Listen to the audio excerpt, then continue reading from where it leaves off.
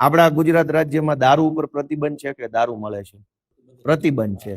તોય દારૂ બેફામ મળે છે. બધાને તમે ન બોલતા, તમે અધિકારી છો, અમને બધાને ખબર છે. હોમ ડિલિવરી દારૂની મળે છે.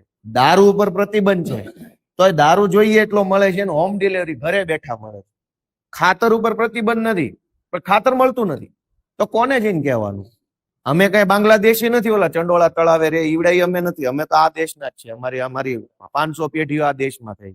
દારૂ ઉપર પ્રતિબંધ છે, દારૂ જોઈએ એટલો મળે, ઘરે બેઠા મળે, અને ખાતર પૈસા દેતાય ન મળે. એનું શું કારણ?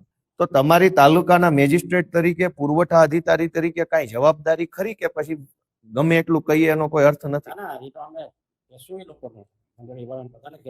બીજું કે ખાતર લેવા જઈએ તો ને આધાર કાર્ડ માંગે છે. હવે ખેડૂત ખેતરે જ સીધો ખાતર લેવા આવે, હવે ખિસ્સામાં આધાર કાર્ડ લઈને ફરે, ટ્રેક્ટર આંકતા હોય, ખેડૂતના ખિસ્સામાં એક પાવલી ન હોય, પહેરા લુગડે ખેતીનું કામ હાલતું હોય, કેમ કે રફ લુગડા પહેર્યા હોય. હવે ઓલો આધાર કાર્ડ વગર ખાતર નથી આપતો. મને તમે નિયમ સમજાવો હાલો કે ઈ આધાર કાર્ડ ને ખાતર ને શું નિયમ છે? દારૂ લેવા માટે તો આધાર કાર્ડ ની જરૂર નથી, પણ દારૂ લેવા માટે તો આધાર કાર્ડ ની જરૂર નથી. આઈડી પ્રૂફ ની